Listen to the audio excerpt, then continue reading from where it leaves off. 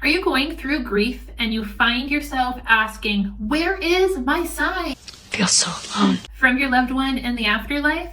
Does it seem like everybody around you is receiving signs from their loved ones or has the most amazing sign story? Look what I got. And you want to experience that, or you're starting to get frustrated as to why you haven't experienced that with your loved one. After all, you love them more than anything, and you know that they love you, so why are they not making themselves known? Hi, I'm Mary Kathleen. I am an evidential psychic medium, animal communicator, and intuitive reader and teacher. Here on this channel, I love nothing more than to teach people more about the afterlife, spirit, and how to interact with their own loved ones on the other side without the use of a psychic medium like me. That's something you enjoy. Stick around, hit that subscribe button. The reality is that you are receiving signs from your loved ones, most likely nearly every day. But until we see them, we do not see them. Let me explain how that works. When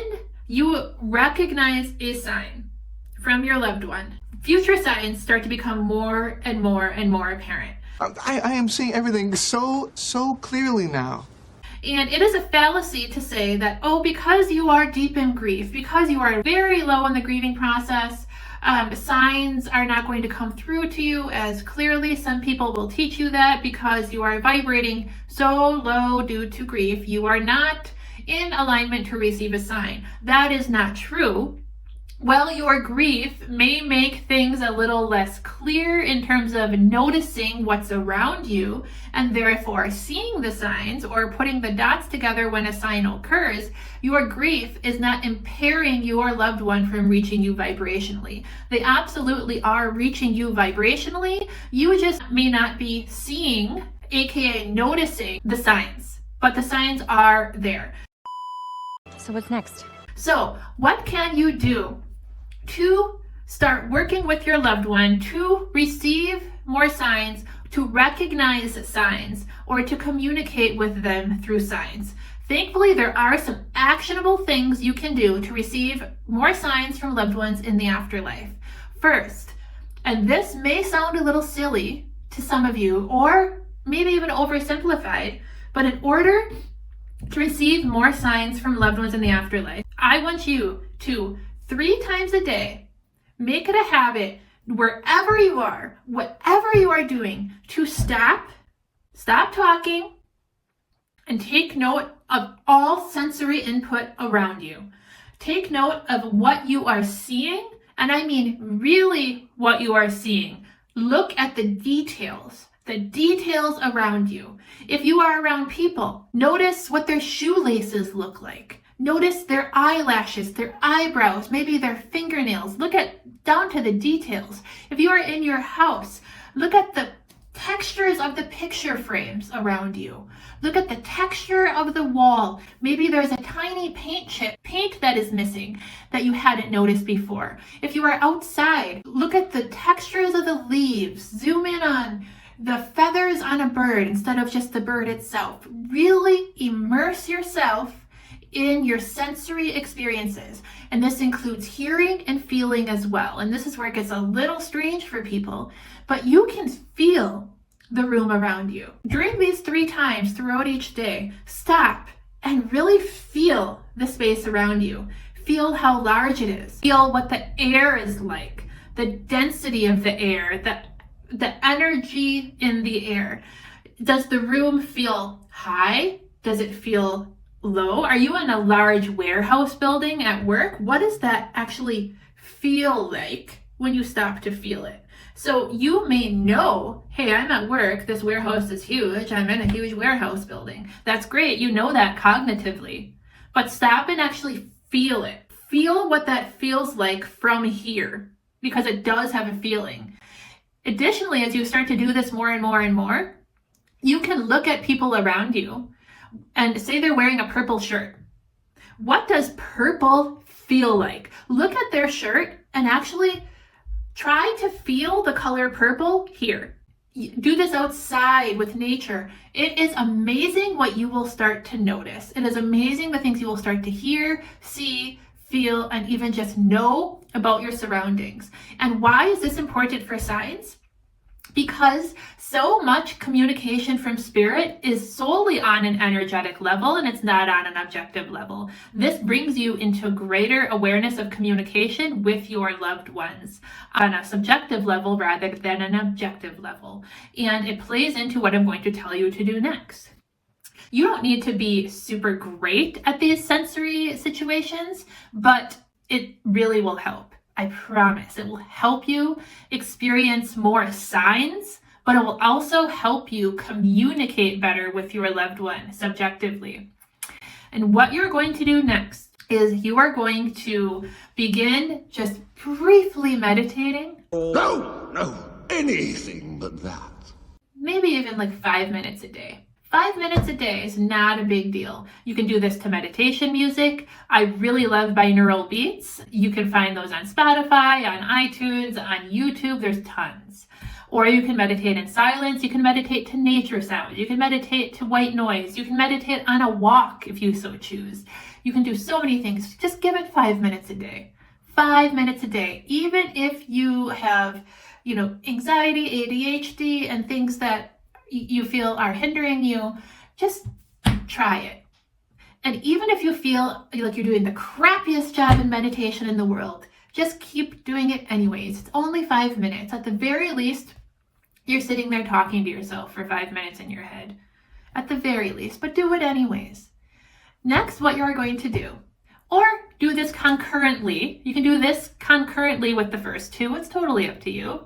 You are going to ask your loved one for a specific sign. You are going to close your eyes and you are going to say, I would really love a sign from you, Grandma. Please give me a sign. And while you are saying this, something will float into your head. And that something is going to be the sign that you ask for. It will be something unique. It will not be a penny or a cardinal. Maybe it will be. I guess I shouldn't dictate what your sign will be, but it will be something unique. Give me an ostrich. Say an ostrich floats into your mind. Whatever floats into your mind, you say, okay, Grandma, I got it. I'm going to watch for an ostrich from you this week. This week, we're going to communicate with an ostrich. And you open your eyes and you forget about it. And you go about your day and you go about your life. Continue practicing what I just taught you to do, and I can nearly guarantee you that you will come across that sign.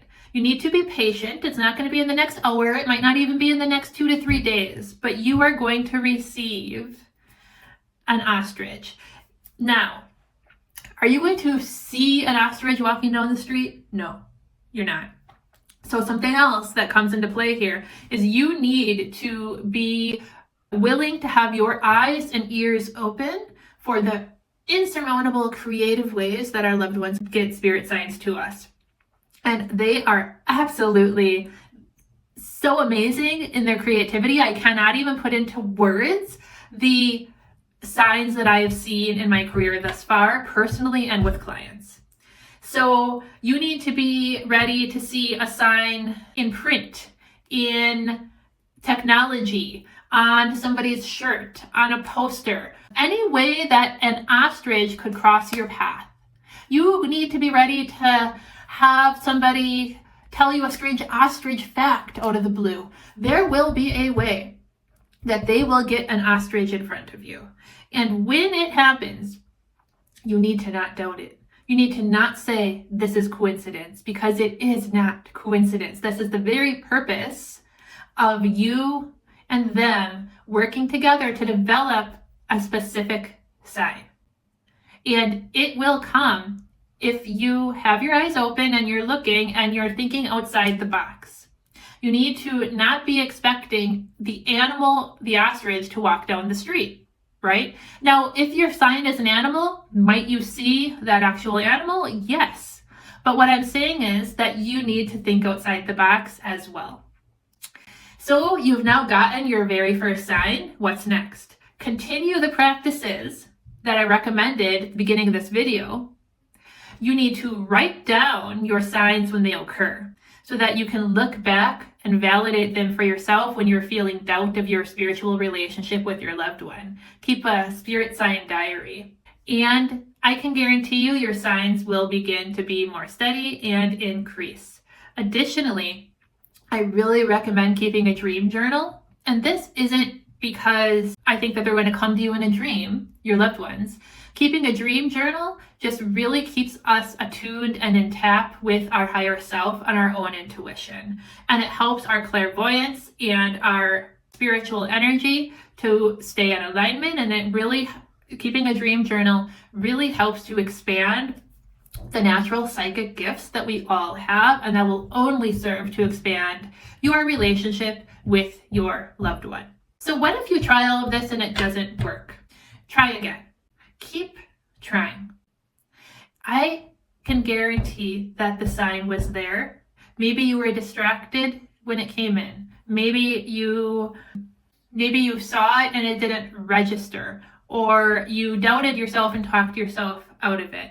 So at that point, what I would do is I would, during one of those 5-minute meditations, I would close my eyes and I would imagine my loved one in my mind. And I would imagine them coming in close to me. If I was laying down, they would walk up next to me and put their hand on me. If I was sitting, they would walk up behind me and put their hand on my shoulder.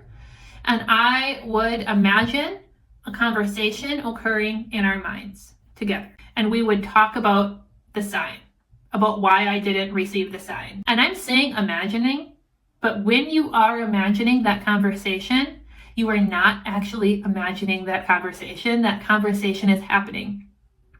That is how mediumship works. Throughout my life, I used to imagine conversations all the time. And then when I became an evidential psychic medium and began practicing with other people's loved ones and evidence-based mediumship, it's the exact same premise. Oh my God, it's working. It's working. And I do it with my loved ones now, and getting signs from them and talking with them and receiving evidence in my, real waking life that I've worked with them on in meditation. When you are imagining that conversation, it is not imaginary. So I would do that, and I would ask them about the sign, or I would talk to them about the sign. Where was the sign? Did I miss it? What is happening? I know you're here. And I would simply have a conversation and agree about a new sign, or agree on a time frame that you're going to keep waiting for that ostrich sign, or that sign that you agreed on the first time. And open your heart and be patient. But absolutely keep talking to them and keep practicing that, because I promise you that your relationship with your loved one has not died. And I promise you that you will very, very likely receive that sign when you first ask for it. Can I tell you the exact time frame? No. Can I tell you the exact mode the sign will come in? No. But that is all part of developing your relationship with your loved one over time. And that relationship does occur objectively in our material world through signs, as well as subjectively internally, which is how our psychic senses function. If you have any questions about signs and what I've shared in this video, drop a comment below. Additionally, if you want to learn more, I do have a free guide. I will put that in the comments down below. Until next time, much love. Bye.